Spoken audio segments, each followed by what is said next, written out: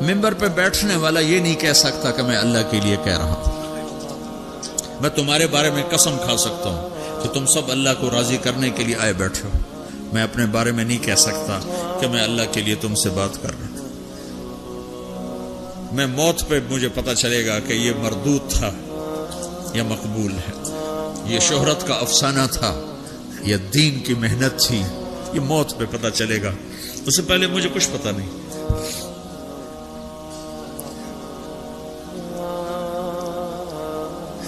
ایک بڑے آدمی تھے یوسف بن حسین، بغداد میں بہت بڑے محدث، مفسر، خطیب۔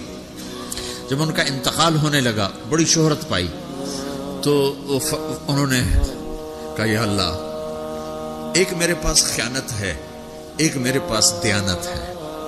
تیرے ساتھ میں نے ہمیشہ خیانت کی، تیرے بندوں کے ساتھ ہمیشہ امانت سے کام لیا، تیری بات کو صحیح پہنچایا، غلط نہیں پہنچایا یا اللہ، لیکن تیرے ساتھ میرا معاملہ غلط رہا، میں تیرے سے بددیانتی کرتا رہا،